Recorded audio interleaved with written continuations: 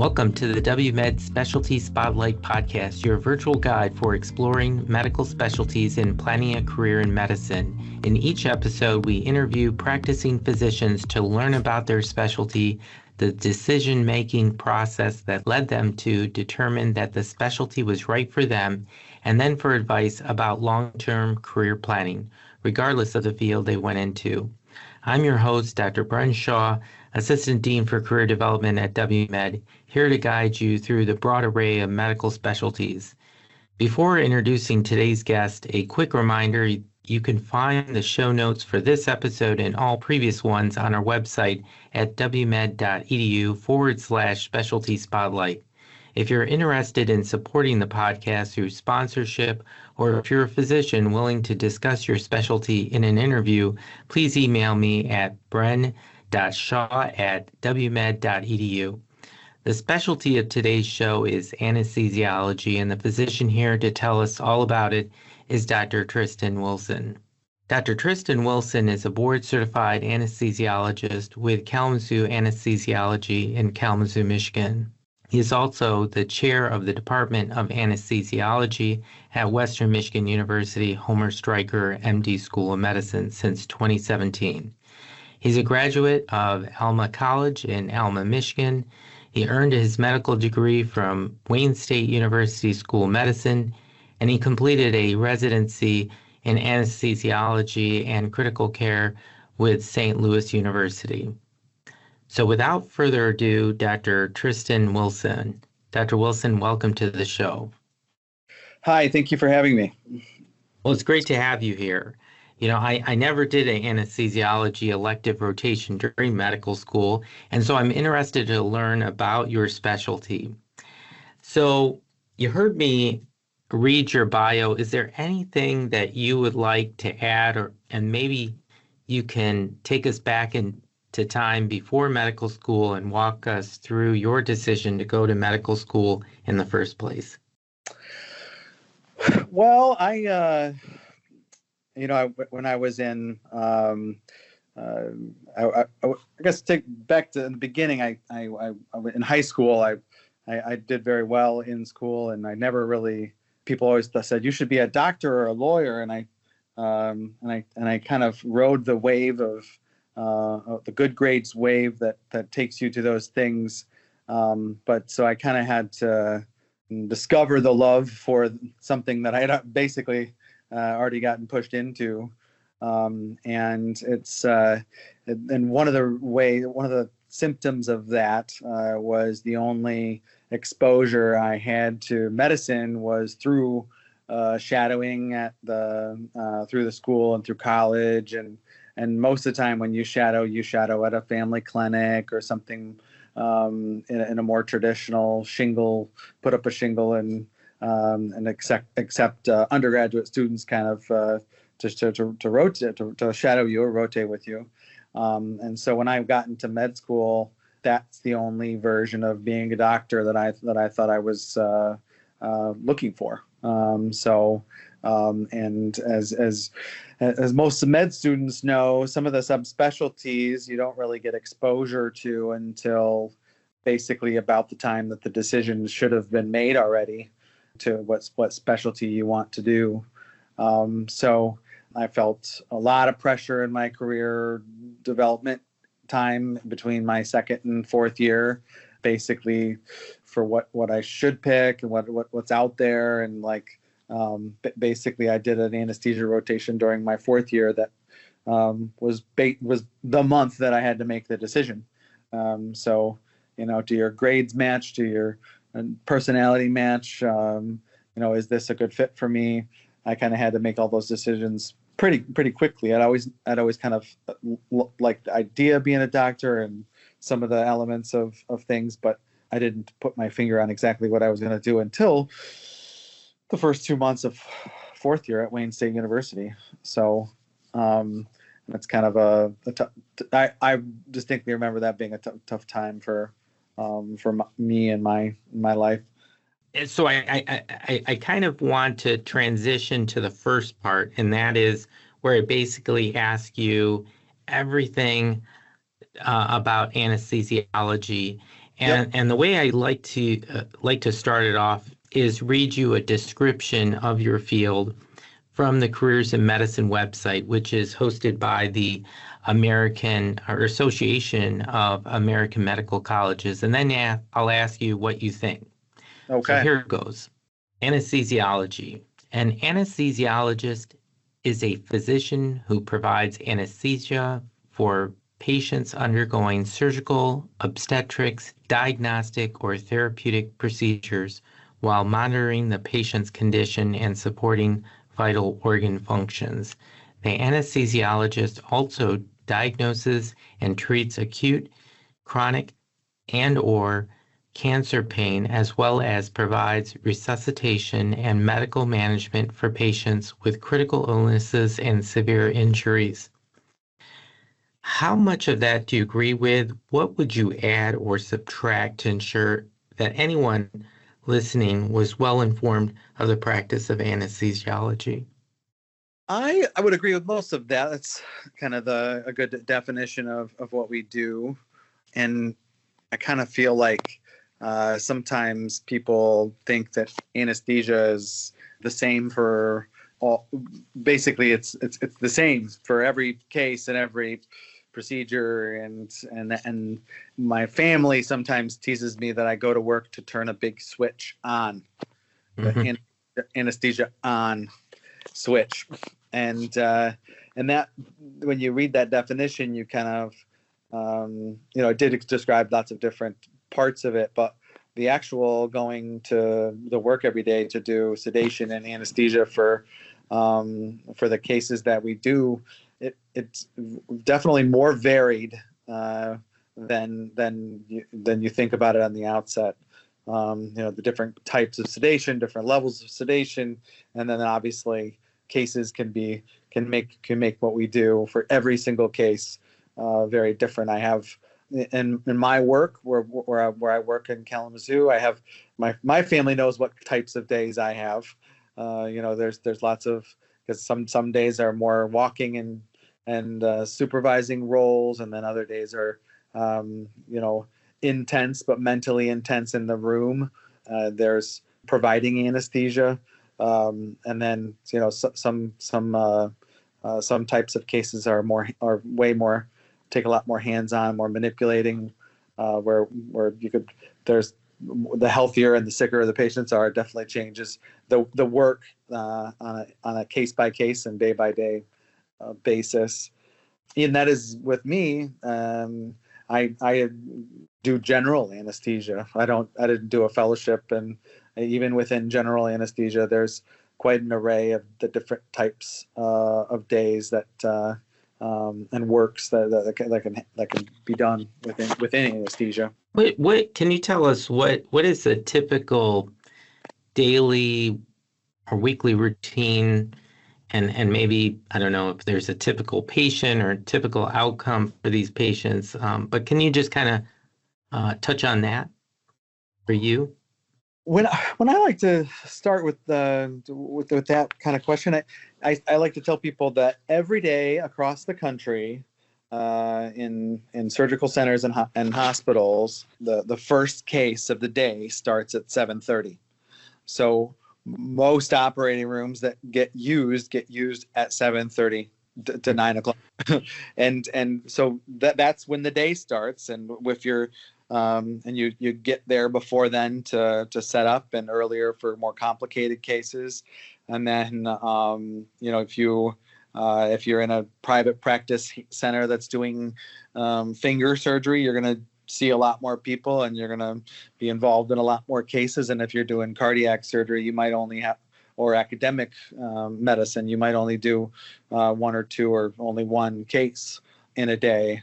But then basically through the afternoon of the average day across anywhere, the cases tend to finish up, and then it comes down to the end where there's only a few cases going on, or one case on into the evening. And anesthesia is one of the few specialties that most of the time there's the anesthesiologist on call means at the hospital, and that one person, and it dwindles down to one person staying the night and waiting for emergencies. In OB, that's C-sections. In the main hospital, that's trauma and C-sections and epidurals. But in the main hospital, that's trauma and emergent surgery. And I like to mention that early on because there is a lot of off-hour work. But the off-hour work is for the one person that's still in the hospital, not every OR is open at 7:30. Because that's the whole partnership basically is working at 7:30. So, but that's the typical day. There's I've alluded to supervising anesthesia, and that is where I evaluate and consent patients in the pre-op area and set the plan up with providing CRNA or resident if we had residents, and then do the peripheral nerve blocks or set up any invasive lines that need to happen, and then make sure the induction of anesthesia goes well, and then once that's accomplished in each of the locations that I'm covering, then basically the cycle starts over again, and you got to evaluate the next patient and then maintain, just there's less dramatic things happen during the maintenance of anesthesia, but emergence is the end of anesthesia, and I'm involved in that, and also involved in the patients in the PACU and answering questions from the patient and from the nurses, and in the post-op area for those patients. That's supervising anesthesia, which is what you get more in private practice, and in certain parts of the country, supervising anesthesia is the more the norm. And then providing anesthesia is where I am. I do the same evaluating in the pre-op area, but then I'm the one in the room turning the inhaled agent knob to keep the patient, to induce the patient through medicine through the IV, and then do the I'm in the room the whole time, and then you're in the room the whole time, waking the patient up, and in between the cases you're seeing the next one and stuff like that, and that is more. Some states are more providing, anesthesiologists are providing anesthesia. Some groups, like traditionally Grand Rapids was more of a providing anesthesiologist role, and Kalamazoo is more of a supervisory role. But those things change over time, but they are defined differently. I like my job because like today I provided anesthesia, and tomorrow I'm probably going to supervise as I'm on call tomorrow at Borges. So I like that mix, but that mix is different in different groups and different parts of the country. So. And you alluded, I just wanted to ask you how, and you're touching upon this, this has been great, touching on some of my questions. How does the practice of your specialty of anesthesiology change based on, inpatient versus outpatient, academic versus private versus, public, urban, suburban, rural? Can you touch on that? The easy answer to peel off there is the private practice jobs. You are allowed to supervise 4 mid-level providers, the CRNAs or anesthesia assistants, which are AAs. You can supervise up to 4 at a time, which is it's the functional max of a human, by the way. If the cases are going normal speed, then that's about all you can do before you're not really knowing what's going on in any of the rooms. But the 4 is a comfortable number for that. And then, but you don't have much time for much else. You're seeing the patients and you're going from room to room. And then, so CMS has made that limit 2 anesthesia sites if a resident is involved, and that is to allow for time for teaching, basically. So the CMS covers the difference there. They fund the difference for that inefficiency, and allows for academicians to be able to teach. Now, with academics, though, it is definitely slower. Obviously, you're only covering 2 rooms, and it's slower pace because everyone else in an academic hospital is learning as well. So cases generally go slower. So those jobs are of a slower pace. But when you're in academics, you're responsible for other things, the things normal academic people are responsible for, didactic teaching and research and all those other things that they have to make time for in a day. So that's the big division. Most people know pretty early in their med school training, really, but residency training for sure if they're interested in academic anesthesia. And so that's the big one. Inpatient versus outpatient. You're in outpatient surgery centers, which we do a lot of these days. You're going to deal with a lot of healthier patients with faster cases, and it's more about, they're all about customer service, but those are often more about customer service, make sure everyone's questions are answered and stuff like that. You still have to be in tune for when things go, because even in those surgical centers, things can go awry and turn into a medical code and things like that. So, and then I've always said I enjoy the most of the things that happen after hours are inpatient work, people that have come from the ER, from an ICU. And I always tell people that I really enjoy that work because one of the big questions that you ask when in the pre-op area in your head, not to the patient, is do we need to do this today? Is this patient ready for surgery today? And does their health status match doing this today? And when you're dealing with someone who is worried about life and limb, then that question's answered. You have to do this today. It's important that this gets done and gets done as quickly and as efficiently as possible. So that's another division. I would say one of the big things that occurs between urban and rural and suburban, most anesthesiologists are probably going to operate in the suburban to urban area. Most of the rural anesthesia is in this country and definitely in this state, the smaller places that only have a couple of ORs, those are often covered by mid-levels by themselves, either practicing independently or in cooperation with a larger group of anesthesiologists somewhere else or with a surgeon. And those, in our group, we have a couple locations where CRNAs practice independently on the day, but they're supported by our group if they had questions or if they, in an administrative context, they are supported by backbone of anesthesiologists. I like to bring up that overnight work because it's either going to be part of your life as an anesthesiologist or something you're going to have to give up something else to not have to do that. People can opt out of doing that, but it'll cost you something, either monetarily or your partnership or things like that. What do you find most exciting about your specialty? And conversely, what do you find or what do you consider most mundane about anesthesiology? It's one of those, the old adage about anesthesia is 99.9% of the time things go well. Every case doesn't go awry, or the patients generally have good outcomes. They go to sleep and they wake up and they got their surgery done or their problem fixed, and then they go home.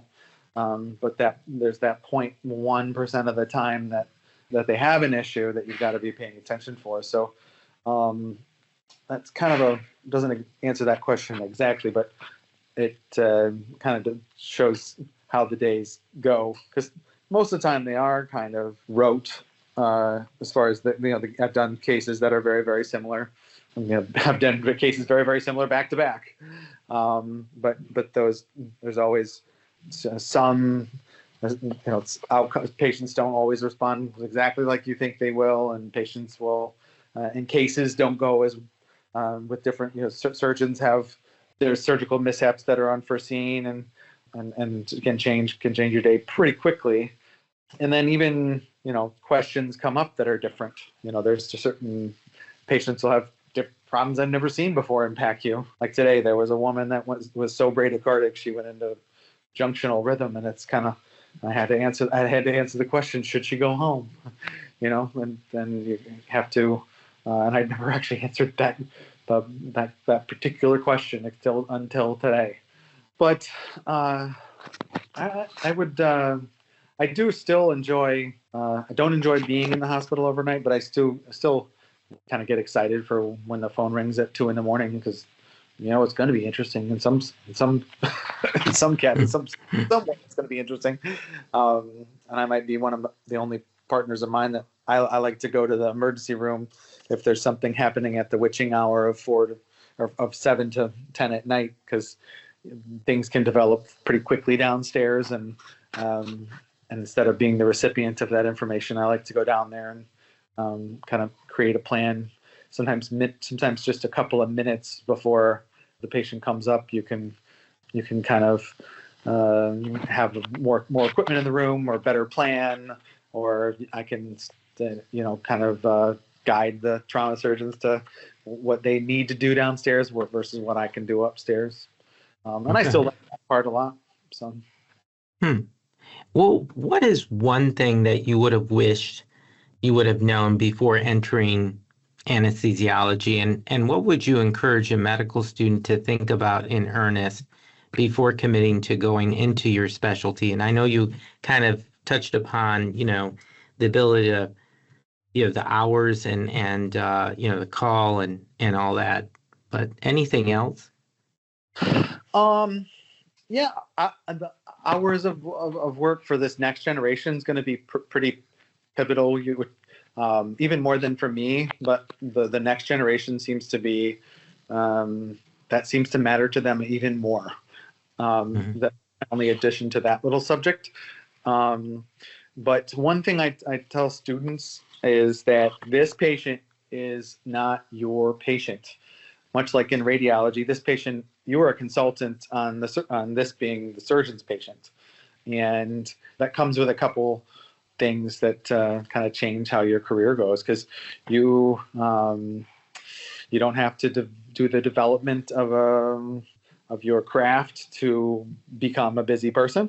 You don't have craft development of a clinic or anything like that to become a busy practitioner. You don't have to do some of that marketing and some of the interpersonal marketing of in that way. But then at the end of the day, that patient, they see the surgeon afterwards. The surgeon's the one that has that long-term connection and long-term follow-up with patients, and you don't. People in anesthesia around the office, we tease about having continuity of care in anesthesia, and that is almost nothing.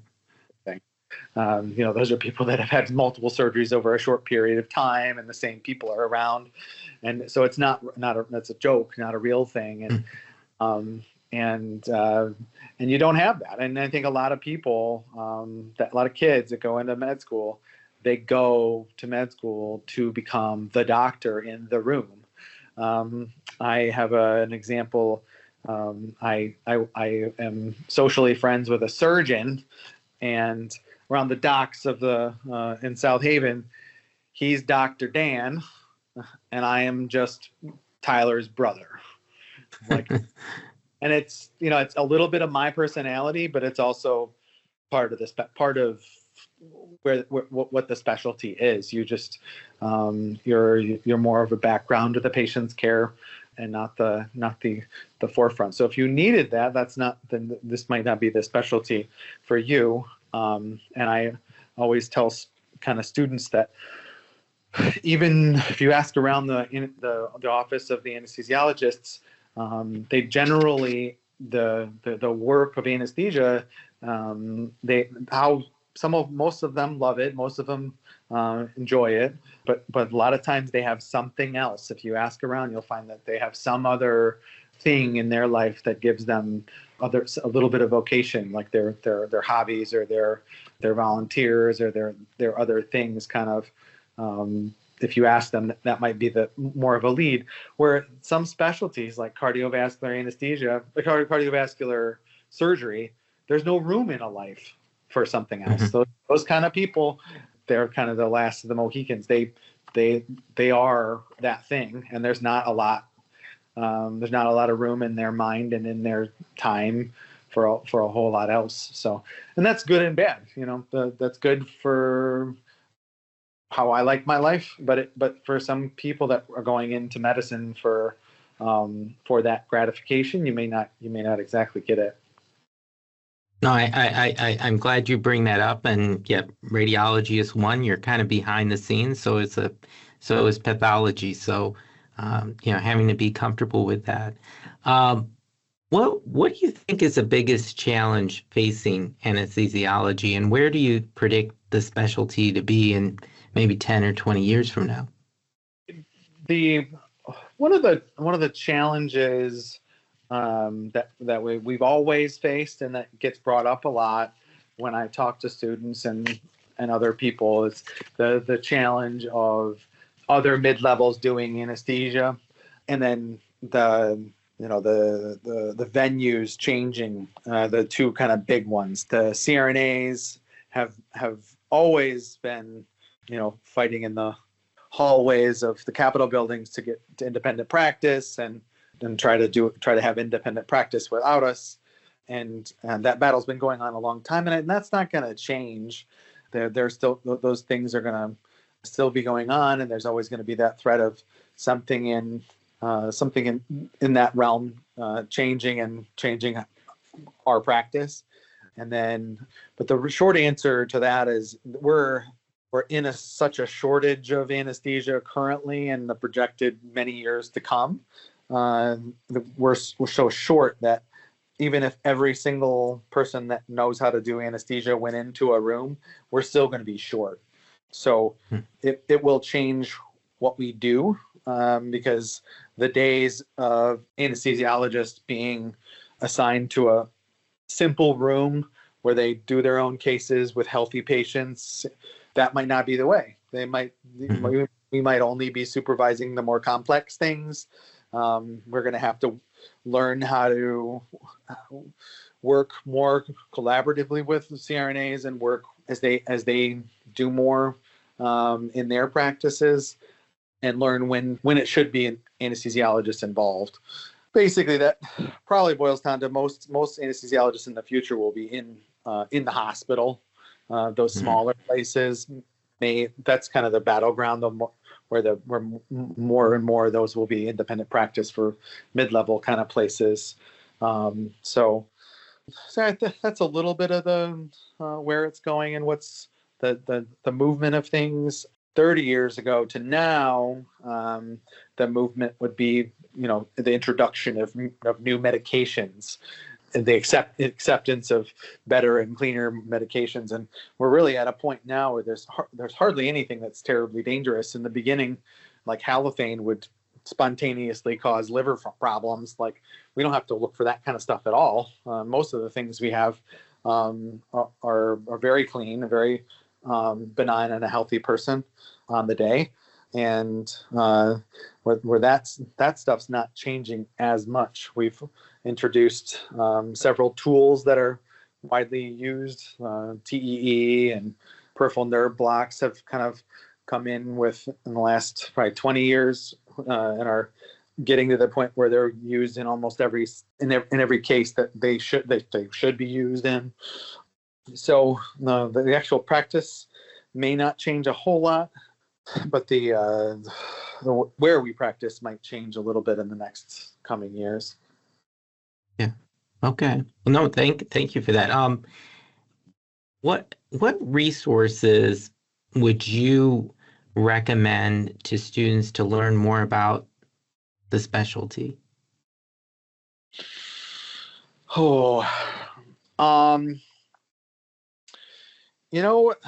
There's the docket of resources that the school provides them, whether it's the information that the definition you provided, or places that you get stuff like that to kind of describe out what it is, and then I always found it kind of interesting as a student to look up what the fellowships are within anesthesia and where they are and how many there are and if they filled or not and that kind of thing. But the one thing I always tell students that I tell them to not tell the dean is, your badge and your email chain, those that's what you pay for as a med student. And as long as you're polite, then if you want to see something that you are not going to see until as an official rotator, just be polite and ask. They can only tell you no. So anytime students approach me, I always let them shadow me. It doesn't really matter what their status is on their time, where they are in their training. Just a couple of hours with someone in anesthesia, you can get a pretty good clue whether you're going to like it or not. And really, the students, anytime they're in an operative rotation or around the operating room, there's a lot of anesthesia people that are around.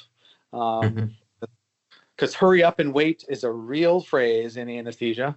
So there's always some waiting around, and there most wouldn't take very many people before you find somebody that you get along with and would explain what they're doing and why they like it, and so they're not just hearing it from me. So I always say, as an early med student, use your email to ask politely around and get forwarded to the right place to get the information you want in the shadow day, and because you probably spend a week's worth of evenings reading about anesthesia, but if you spent 90 minutes following a supervising anesthesiologist around, you'd probably know pretty quick if this is a good fit for you or not.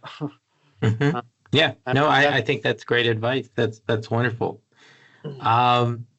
I want to kind of move to our second part, and that is in which you were getting into a little bit early on, and that is kind of tell us about how you decided your specialty was right for you. So if you could kind of talk about your story, how you came to realize that anesthesiology was right, and that eventual aha moment that it made all sense, and if you had any struggles of maybe other specialties that you were considering. My tale, like I was saying, I had only really thought about doing family medicine and that primary care medicine, and then during the time I actually really didn't think I would like that, and I kind of fell out of the whole medicine because I didn't really grab a hold of anything that really interested me. And during my third year, I did a couple of days in an ICU, and it was the neuro ICU, which is like the long version of ICU, the protract ICU at that. And somebody said, "Oh, if you like critical care, you probably should think about anesthesia." And I was like, okay. And I, put it in my brain and thought about it. But I still kept my doors open for the backup options, and the other things. And really, it wasn't until I hit fourth year and did a week, and I was like, during my first couple of weeks, I had made the decision. I remember I told myself, I'm going to do this, no matter what the score of my step 2 came back. It was like to me that hung, and I was like, so even if I'd have to do extra time and other things and find the right place to ask the right questions to do it, and then so that really, it was the rotation itself. One of the things that guided me is early in my training, I would see these back in the good old days when there were paper charts. The clinic medicine people would have the paper charts kind of pile up, and they would, they prioritized, and they would respond appropriately to the things, but the standard sign the form and write the normal note that didn't get done, and they would just stack up everywhere, and basically they would never be done with their work. And I just thought I would be that guy. I love talking to people, and I love like spending more time with, like if it needs more time, and I can see myself not getting my the notes done before getting in trouble for not having my notes done, and you're either giving up your free time and working longer hours to get that done, or the modern day version of that is your healthcare group would probably only let you see 2 patients an hour, or something, or if they forced you to do more, you'd be unhappy. And I was like, I just feel like that would be a course for me being unhappy. And really, anesthesia, with a few other fields, you really leave your work at work. Very few things from one day come up on a different day. There's limited signing of anything from a previous day. I can leave the hospital or surgical center and know I'm done with that day, and nothing's going to come up from that. And even bad outcomes, like most of the time, I can leave a day and I know pretty good that nothing from that day is going to develop into anything that I'm going to have to answer a question about in the future, because everything went well. And obviously there's caveats to that, and so you do really leave your work at work a lot more. And my only change to that is in my position now as someone that's been out for 10 years, then on the other side is I've kind of my work at work is getting that whole phenomenon for me is changing, because I'm now the chair of the WMed's anesthesia department, and I'm like the site lead at Bronson Lakeview, and those kind of questions come up, and those times when I'm doing interviews like this and seeing students and writing letters of recommendation and stuff like that. Those come up. Those come up after hours and odd times, and really, that's not just me. Anesthesia is poised right in the middle of all of the specialties and in the middle of, the network of how the hospital works. That anesthesia is a really good place for a hospital to look for people that want to coordinate how the hospital works and lead the hospital. So our group is big on that. All anesthesia groups have some element of that. And when you get nice and mid-career like myself, you get asked to do these things. And so I'd say that, the anesthesia itself gets left at work, but I've been able to add back those things I've been able to add as I can kind of as it fit my life and my availability and my time that I have. So, but yeah, that's. Well, great. I want to ask you, this comes up often with students. Are away electives necessary? So, what I tell students that are in their planning phase for 4th year has not changed since I took over.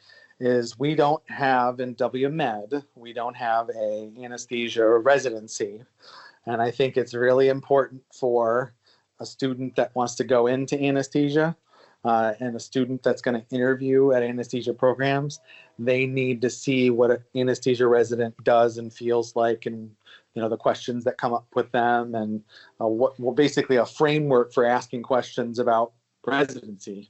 So they have to, from WMed, I say it's very, very important for them to do an away rotation. So I always tell them they should do a couple weeks with us, take advantage of the opportunity to only do 2 weeks, to not waste more time doing a rotation with us, and then do an away rotation somewhere that has a residency. But other than that caveat to the away rotation question, you don't need to do more than one. You don't need to do multiple. It may be some value to doing a subspecialty of some kind at a different institution, but doing the general anesthesia in 5 different places just to show them that you're interested isn't really the way. The prototype specialty that does that to students is orthopedic surgery. And I always explain that orthopedic surgery is different. The first rotation for an orthopedic surgery student, they know that it's their first one, and it's almost like being an early third year as opposed to a late third year. The orthopedic students that are in their fifth one of those, they contribute to the team in a different way because they've done it. They know more. They're able to help more, answer questions more, and stuff like that. Where anesthesia, the way rotations work, you work with a different person every day. There is no longitudinal team per se with a student, and the way rotations usually work at most places. And it's not like you get put in charge of doing the anesthetic by yourself in a room or anything in almost every single place. So you don't get that building of your knowledge base and of the responsibility level that you get with other specialties. So doing a bunch in a row is not really, it doesn't do justice to their own training, because there's other things they need to see while they are still paying that valuable dollar to go to school, and get to see it without any responsibilities in med school. And so I feel like doing one away for a WMed student is very important. But doing multiple of the same type of rotation is not as important. So that's the advice that I've been giving until somebody tells me I'm dead wrong. No, that's great. How important is research or scholarly productivity for matching into anesthesiology? I would say generally the research in the field that is required for certain types of specialties. I don't want to dwell on ortho, but ortho or ophthalmology is another good example of there needs to be some addition to the field to be taken seriously. That kind of thing is not as important. And I get asked I've been asked quite a bit from students that want an anesthesia experience. I wish that we had an ongoing project that we could add these students to, but and had the staff or support from school to kind of get those things, so I could say yes to that. But I don't, because I don't have that. But it's not as important. Really, it's doing something scholarly, checking that box of something scholarly, and it doesn't always have to be in your first year of med school. It can be kind of the things you've done beforehand count towards that. So it's not as important, especially when it is important to other specialties. It's research in the field or adding value to the field, and that's a really high bar for most students, and for and certainly most students would have to take time off to doing an extra research year or stuff like that to add to the field. And that's just not attainable by most students. So yeah, I would say checking. The thing I think about students and an application for anesthesia is really well-rounded, making sure you check boxes, but check all the boxes. Doing the leadership thing and doing the academic thing or the research thing, and doing them early enough that it doesn't look like you're just trying to check the box. And really the thing is getting involved early, so it looks like you've committed to something. Those are important things. I tell kids that are interested in anesthesia, the very cheap one, not the free one, but that is joining the Anesthesia Association. For a med student, it's like $10, and you can say that you've been a member of the ASA for the last 4 years. Well, the secret for me was I was a member of the ASA, but I also was a member of ACOG for OB and family practice. It's like, so those are easy to do, and they show that you've been interested for a while. My interest in the other ones waned, and I'm doing this. But so I would say that's important. but that's important for every med student to do those things and do them early, and get involved in them early. So Great. And we'll make sure in our show notes we add the ASA as you mentioned. that's a good one for them to know, because that's the, like I said, that's the easy one. It's not free, but it's close. Yeah. Okay. I want to get to our last section, which is kind of giving advice for long-term career planning, irrespective of your choice of specialty. And so my question is, if you could go back and do it all again, what would you do differently, and what would you do the same, and why? Probably would take my own advice that I give students about the visiting things that they don't normally see. I kind of, during my third year, I had very limited experience in a hospital, so everything was new to me.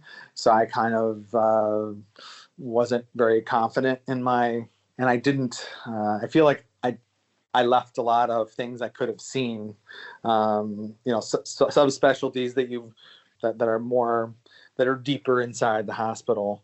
And I don't really know what that would have ended up for me.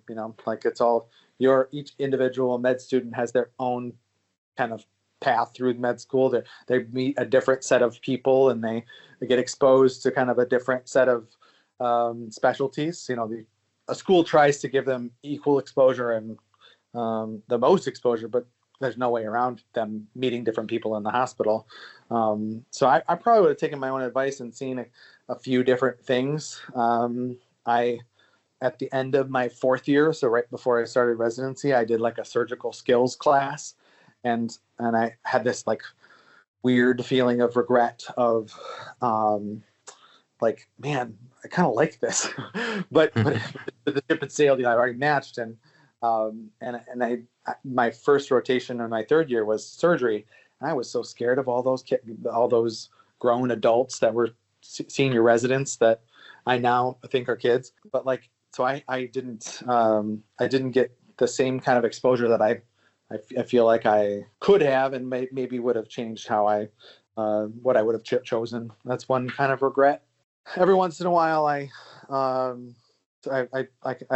think about the subspecialties within anesthesia. That's kind of a bigger discussion for those going into it, closer to the getting into it. But I think about, man, I wish I would have done this, but I really would have liked being a little more of an expert in this type of this type of anesthesia. But then I anytime that my teaching with that students is like, if you're going to pick a specialty, a subspecialty, and do a fellowship, you got to be prepared to do pretty much that every single day. Like you can't you can't get into a group because you're a cardiovascular anesthesiologist and then just tell them, I don't do that anymore.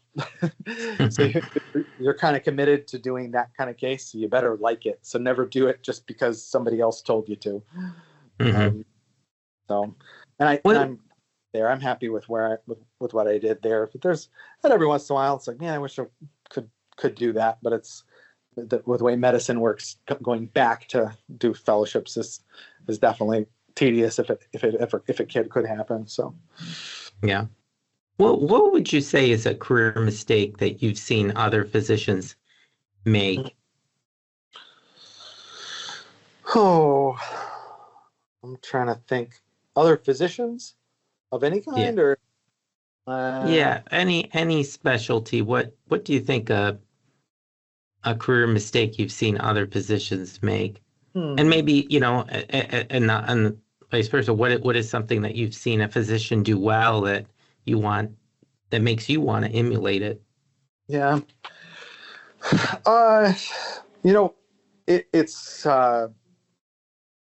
It's interesting. In anesthesia seems like medicine going through an IV and picking the right dose and, monitoring, being more vigilant and, doing all those things would be the absolute measure of quality and the thing that's going to make you be satisfied that you're and your colleagues satisfied that you're a great anesthesiologist. But really, it's more interpersonal than you would ever think. Mm-hmm. So my story about this, my personal statement was this flowery thing about meeting someone right before they go to surgery, and being the person that gave the patient confidence and then the comfort that are well taken care of.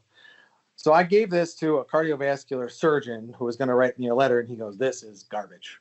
Like, no one cares about any of that stuff. All we care is that the medicine going through the IV makes the patient go to sleep, and you do a better job with the probes and the other things." And it's funny because I'm more right. I ended up being more right because the other things, the interpersonal communication between the surgeons, my rapport with the nurses, and really interpersonally, those things matter a lot. So the thing that in a young career in any field in medicine, anesthesia is kind of the perfect example because it shouldn't have anything to do with that, really.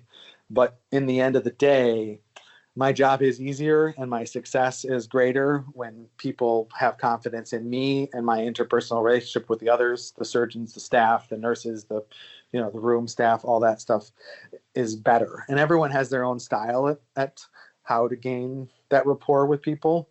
But I've seen a lot of people, a lot of others, our specialty and others, they come in with this idea of that they're really important and that they're and they don't realize they're going to have to live there, whether it's residency for 4 years or career as long as they'll have you. You gotta basically build those relationships from the day one, and some of those ways of getting along with others in the sandbox that have nothing to do with medicine at all. Yeah. They matter, and it's kind of the unfortunate truth. Most of the time, when my colleagues get in trouble or I get in trouble with other specialties, what they write on the email to the chair people doesn't actually sound that bad. It's just how you said it. Mm-hmm. No, that's a great pearl of wisdom to share. What's one thing that you're struggling with or lamenting about your career today, and what are you doing to remedy it? And what would you encourage a medical student to do right now to help avoid this problem entirely later? Oh,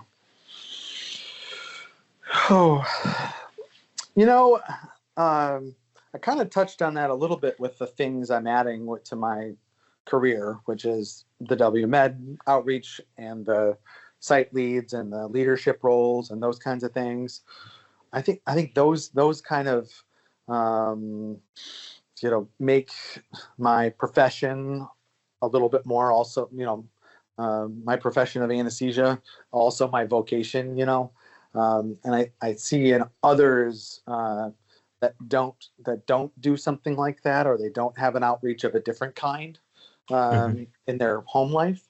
They do burn out, whether it's they really hate being at work, or you'll hear people subtly talk about wanting to like they're talking about wanting to be home more, and that's always a symptom of really despising being at work. But I think I have worked to remedy those things in my life. I think students, to plan for these things, it's hard to plan for what leadership role you're going to grab or what extra thing you're going to do with your life. And sometimes that extra thing is just being a good parent, I don't know, it can be something that's more obvious like that. But yeah, I think, definitely having conversations with the people in the specialty and seeing what fulfills them and seeing if that is the same thing that would fulfill you, And if you're going to need something else that to add to what you do, that's more obvious in anesthesia than other specialties, but other specialties still have that problem. So I like to end the interview by asking, what is one book, medical or non-medical, that you think every person pursuing a career in medicine should read? Oh, man. I don't know. I want to be weird and say Kitchen Confidential because that book was so good. Just kind of describes all the weird things that happens and interpersonal things that happen in kitchens and around, and just like for me, like kind of, I don't know. I don't really have a great one for that. Okay. Most of what I read these days is Harry Potter before my 9-year-old goes to bed, so I'm a bad reader. Is there anything else you think that we haven't touched upon that you want to make sure our listeners know about the career and the specialty of anesthesiology? Really, I like it, and I'm happy with what I do. I like my job most days. There's good days and bad days, but I like my job most days. I think that's kind of my message with some of the other stuff about this field and about all the other things that I talk about as far as profession and vocation and things like that about anesthesia can make it seem like I don't. And I'd like to say rather obviously that I do. I like what I do, and I don't think it fits me. I think that this is for me and the way my life works and my personality. I think I wouldn't be nearly as good at other things. So, well, that's great. Well, Dr. Wilson, it's been a pleasure having you as a guest on the WMed Specialty Spotlight. For everyone listening, we'll wrap up the show with that. Well, I hope you enjoyed the conversation with Dr. Wilson. For the resources and other tidbits that were mentioned in this episode, you can find them in the show notes on the WMed website, wmed.edu/specialty spotlight. If you liked what you heard, please share this episode with your fellow medical students, especially if they're having some career anxiety. It is truly my hope that these conversations with physicians who've been there and done that will help you move forward with your own career choices. For any questions, or if you'd like to reach out to me for any reason, which I encourage you to do, you can do so by emailing me at bren.shaw@wmed.edu. But until next time, take care.